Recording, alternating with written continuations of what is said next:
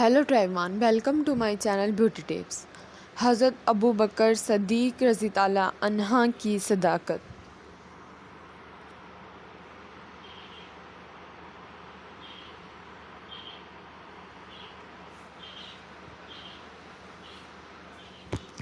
حضرت محمد صلی اللہ علیہ وسلم نے ارشاد فرمایا، یقین جانو کہ اللہ نے مجھے تمہاری طرف مبعوث فرمایا۔ لوگوں نے مجھے کہا کہ جھوٹ کہتے ہو۔ صرف ابو بکر نے کہا، آپ کا فرماتے ہیں پھر یہی نہیں، انہوں نے اپنی جان اور مال سے میری غم خواری کی، تو کیا تم میری خاطر میرے ساتھی کو بحث و تنقید سے معاف رکھو گے؟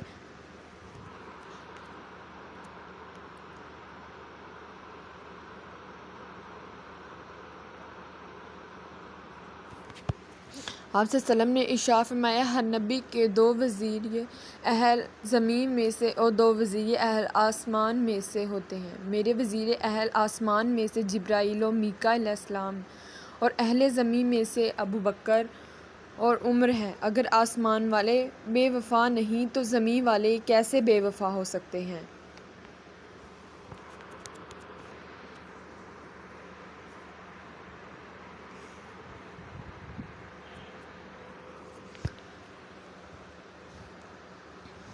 حضرت علی کہتے ہیں، حضور پاک نے ارشاد فرمایا، سب سے زیادہ احسان مجھ پر ابو بکر کی خدمت اور مال کا ہے۔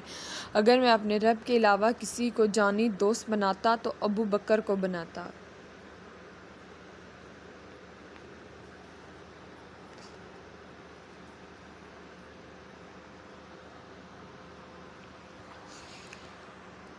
حضرت عبداللہ بن مسعود سے مروی ہے، حضور نے ارشاد فرمایا، اگر میں کسی کو خاص دلی دوست بناتا تو ابو بکر کو بناتا، مگر ابو بکر میرا بھائی اور میرا ساتھی ہے۔ اللہ تعالیٰ نے تمہارے ساتھی یعنی میری ذات کو خاص دوست بنا لیا۔ حضرت عائشہ فرماتی ہیں، مرض کی حالت میں مجھ سے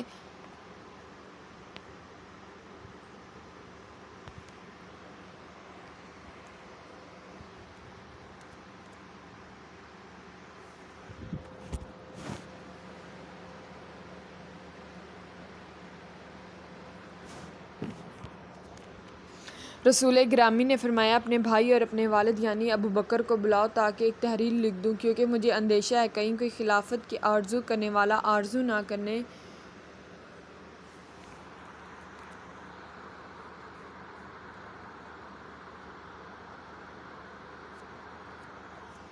لگے، اور مگر خیر رہنے دو، اللہ اور مسلمان سوائے ابو بکر سے کسی کو خلافت نہ مانیں گے۔